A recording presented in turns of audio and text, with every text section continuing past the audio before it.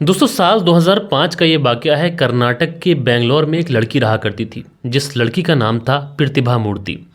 जो प्रतिभा मूर्ति थी ये एचपी ग्लोबल जो सॉफ्टवेयर कंपनी थी उसमें जॉब किया करती थी और उसी में जॉब किया करती थी। इसकी शादी भी ऑलरेडी हो चुकी थी। पवन शेट्टी नाम के व्यक्ति के साथ में इसने शादी की थी। अच्छा, जो पवन शेट्टी था ये भी एक बढ़िया एमएनसी कंपनी में जॉब किया करता था। लेकिन प्रतिभा की फैमिली में प्रतिभा और प्रतिभा के पति के अलावा अगर प्रतिभा की ज़िंदगी में कोई था तो बस वो प्रतिभा की माँ थी। प्रतिभा के पिता की डेथ जब हो गई थी जब प्रतिभा बहुत ज़्यादा छोटी सी थी, इसलिए प्रतिभा की माँ ने ही उसे पढ़ा लिखा कर इस काबिल बनाया था कि वो आज एक बड़ी कंपनी में नौकरी कर रही थी। और दोस्तों प्रतिभा का ये डेली का रूटीन था कि जब कभी भी वो ड्यूटी के लिए जाया करती थी तो ड्यूटी पे जाने से पहले वो अपनी माँ को कॉल किया करती थी। लेकिन जब वहाँ पर वो पहुँच जाया करती थी, कॉल की बात मैं बोल रहा हूँ, मैसेज किया करती थी, और जब वहाँ पर वो पहुँच जाया करती थी तो एक और मैसेज किया करती थी कि माँ मैं पहुँच गई हूँ। और प्रतिभा की जो ड्यूटी थी वो नाइट ड्यूटी थी और ये रात के तकरीबन 2 बजे के आसपास अपनी ड्यूटी जाया करती थी। दोस्तों उसके बाद में एक तारीख आती है 13 दिसंबर साल 2005।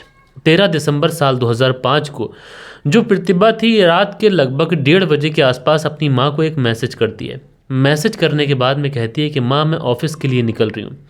और उसके बाद में ये अपने जो ऑफिस था वहाँ पर पहुँच जाती है। अब माँ जो थी जब वो सुबह को उठती है, उठने के बाद में अपना मोबाइल चेक करती है तो जो मोबाइल ये चेक करती है उसमें 1:30 बजे के आसपास एक मैसेज उसकी प्रतिभा जो बेटी थी प्रतिभा मूर्ति उसका एक मैसेज पड़ा हुआ था और उसमें लिखा हुआ था कि माँ मैं ऑफिस के लिए निकल रही हूँ। लेकिन जो ऑफिस जाने के बाद में वो मैसेज किया करती थी वो मैसेज आज इस माँ के मोबाइल पर नहीं आया था। अब कहीं ना कहीं जब बेटी के वहाँ पर पहुँचने के बाद में वो मैसेज नहीं आया तो माँ परेशान हुई। उसके बाद में वो सीधा सीधा अपने दामाद पवन शेट्टी को कॉल लगाती है और पवन शेट्टी को कॉल लगाने के बाद में कहती है कि बेटा तुम्हारी जो पत्नी है यानी मेरी जो बेटी है प्रतिभा मूर्ति जब वो घर से निकली थी तो उसने मुझे मैसेज किया था, लेकिन उसके बाद में वहाँ पर पहुँचने के बाद में उसने मुझे मैसेज नहीं किया। उसके बाद में मैंने उसका मोबाइल नंबर भी ट्राई किया लेकिन मोबाइल नंबर उसका स्विच ऑफ बता रहा है। ऐसे में जो पवन शेट्टी होते हैं वो इस माँ से कहते हैं कि माँ जी आप परेशान मत होइए, प्रतिभा ने अपना मोबाइल किसी वजह से स्विच ऑफ किया होगा, हो सकता है उसे कोई काम हो, कोई डिस्टर्बेंस ना हो, इस वजह से उसने अपना मोबाइल स्विच ऑफ कर लिया हो। थोड़ी बहुत देर में खुल जाएगा और वो आपको वापस से कॉल कर लेगी, आप बिल्कुल भी चिंता मत करिए। अब यहाँ पर ये माँ जो थी इस दामाद की बात को थोड़ा सा लाइटली लेती है। उसके बाद में फिर इंतज़ार करने लगती है, काफ़ी ज़्यादा समय गुजर जाता है। लेकिन उसके बाद में ये जो माँ थी अब दौड़ी दौड़ी भागी भागी चारों तरफ ये पता करने की कोशिश करती है कि किसी के पास में जो रिलेटिव्स में थे, जो जानने वालों में थे, जो दोस्त लोग थे, जो कलीग लोग थे, उनसे पूछताछ करती है लेकिन कहीं पर भी कुछ पता नहीं चलता है। उसके बाद में ये जो प्रतिभा मूर्ति की जो माँ होती है ये सीधा उसके जो कंपनी थी उसमें जो रिसेप्शन पे जो लड़की बैठा करती थी उसको कॉल करती है एंड कॉल करने के बाद में कहती है कि आप जरा मेरी बेटी प्रतिभा मूर्ति से बात करा दीजिए। लेकिन रिसेप्शन पे जो बैठी हुई लड़की होती है वो कहती है कि दरअसल माँ जो आपकी बेटी प्रतिभा मूर्ति है वो रात ऑफिस आई ही नहीं और ऐसा पहली बार हुआ है कि उन्होंने बिना बताए छुट्टी ले ली है। अब ये माँ जब इस तरीके की बात सुनती है माँ हड़बड़ा जाती है। एक तरफ उसकी बेटी का दूसरा वाला मैसेज उसको आया नहीं था जो ऑफिस पहुंचने के बाद वो करती थी, जबकि उसने मैसेज किया था कि वो ऑफिस के लिए निकल रही है। अब ऐसे में बेटी कहाँ गई, मोबाइल नंबर लगाया स्विच ऑफ बताया, दामाद को फ़ोन लगाया तो वो बोल रहे हैं कि किसी वजह से स्विच ऑफ कर लिया होगा। रिसेप्शन पे कॉल करके पूछ लिया तो वहाँ पर बेटी पहुँची नहीं है। लिहाजा ये जो महिला थी ये दौड़ी दौड़ी भागी भागी पुलिस थाने पहुँचती है एंड पुलिस थाने पहुँचने के बाद में ये अपनी बेटी की गुमशुदगी की रिपोर्ट दर्ज कराती है। अब दोस्तों ये एक हाई प्रोफाइल कंपनी में जॉब करने वाली एक लड़की की गुमशुदगी की रिपोर्ट थी, लिहाजा पुलिस भी इस पूरे मामले को बहुत ज़्यादा सीरियस लेती है और उसके बाद में कंपनी तक पहुंचती है और कंपनी में पहुंचने के बाद में उन ड्राइवर्स की डिटेल निकाली जाती है जो ड्राइवर्स अपने एम्प्लॉयज़ को पिक करने के लिए जाते थे। तो पता चलता है कि इस एरिया में इस ड्राइवर की ड्यूटी लगी हुई थी। ये जो ड्राइवर था इसका नाम था जगदीश। जगदीश से पूछताछ की जाती है तो जगदीश बताता है कि लगभग 1:35 पर मैं उनके घर पे पहुंचा था, लेकिन मुझे पता चला कि वो कुछ ही देर पहले किसी दूसरी जो गाड़ी है उसमें बैठकर ऑफिस के लिए निकल गई हैं। उसके बाद में चला आया। उसके बाद में पुलिस वाले जितने भी ड्राइवर इस कंपनी के अंदर मौजूद थे जो अलग अलग लोकेशन से अलग अलग एम्प्लॉयज़ को उठाते थे उन सब से पूछताछ की जाती है, लेकिन हर कोई प्रतिभा के बारे में कोई भी जानकारी देने में असमर्थ था। लिहाजा पुलिस वाले इस पूरे मामले में जानकारी जुटा रहे थे लेकिन पुलिस को कहीं से कोई प्रूफ मिल नहीं रहा था। उसके बाद में पुलिस वाले अब इस पूरे केस को सुलझाने के लिए क्या करें, कहाँ जाएं। इधर इस केस में लगातार प्रेशर बढ़ रहा है, मामला हाई प्रोफाइल हो चुका है, मामला न्यूज़पेपर में वायरल हो चुका है। अब ऐसे में कहीं ना कहीं जब पुलिस के अंडर से ये केस फिसलता हुआ दिखाई पड़ता है तो सीधा सीधा इस केस को क्राइम ब्रांच को सौंप दिया जाता है। अब क्राइम ब्रांच एक स्पेशल टीम का गठन करती है और उसके बाद में इस पूरे केस को सुलझाने के लिए लग जाती है। सबसे पहले उन्हीं ड्राइवर से दोबारा से पूछताछ की जाती है और जब उन सारे ड्राइवर से दोबारा से पूछताछ की जाती है तो वो सारे ड्राइवर वही कुछ बताते हैं जो उन्होंने पुलिस को बताया था। लेकिन इसके बाद में पुलिस उन ड्राइवर्स की डिटेल निकलवाती है जो ड्राइवर उस दिन छुट्टी पर थे। पुलिस उन सारे ही ड्राइवर्स की सूची तो निकलवाती है लेकिन उसके साथ साथ पुलिस जो थी वो प्रतिभा मूर्ति की कॉल डिटेल्स निकलवाती है। अब दोस्तों जब कॉल डिटेल्स निकाली जाती है तो पता ये चलता है कल रात 1:25 पर एक कॉल प्रतिभा मूर्ति को आया था और ये जो कॉल प्रतिभा मूर्ति को आया था ये कॉल किया था किसी शिव कुमार नाम के व्यक्ति ने। अब जो ड्राइवर की सूची पुलिस ने मांगी थी, जो ड्राइवर छुट्टी पर थे, जब वो सूची आती है तो उसमें भी एक ड्राइवर ऐसा होता है जिसका नाम होता है शिव कुमार। लिहाजा अब पुलिस वाले जो थे वो शिव कुमार के घर पे पहुंचते हैं। शिव कुमार उस समय टीवी देख रहा होता है और टीवी के ऊपर न्यूज़ चल रही होती है प्रतिभा मूर्ति के गायब होने की।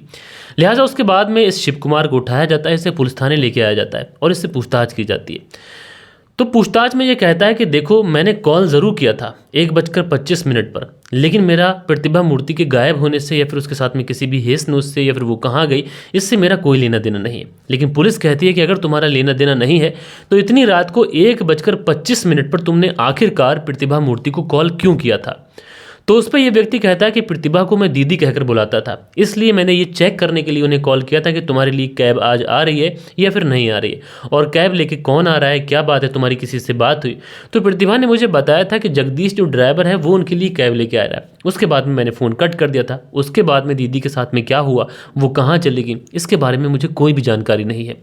अब दोस्तों पुलिस को कहीं ना कहीं इस शिव कुमार की बातों पर थोड़ा सा यकीन भी होता है। पुलिस को लगता है कि शायद हमने गलत व्यक्ति को उठा लिया है, क्योंकि यह व्यक्ति अपनी बात पर अड़ा हुआ था। जो बात ये बता रहा था पुलिस के पास भी महज बस इतना ही सबूत था कि इस व्यक्ति ने 1:25 पर प्रतिभा मूर्ति को कॉल की थी। इसके अलावा पुलिस के पास में कोई सबूत नहीं था।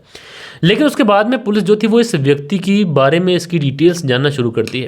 जब आसपास के लोगों से, इसके मिलने वाले लोगों से, जो जानकारी के ड्राइवर्स थे, उनसे जब पूछताछ की जाती है तो पता चलता है कि ये शिव कुमार नाम का जो व्यक्ति है ये अंदर ही अंदर प्रतिभा मूर्ति को एक तरफा चाहता था और इसीलिए प्रतिभा मूर्ति के आगे पीछे घुमा करता था और उस रात भी शायद इसने कुछ ना कुछ गलत किया है।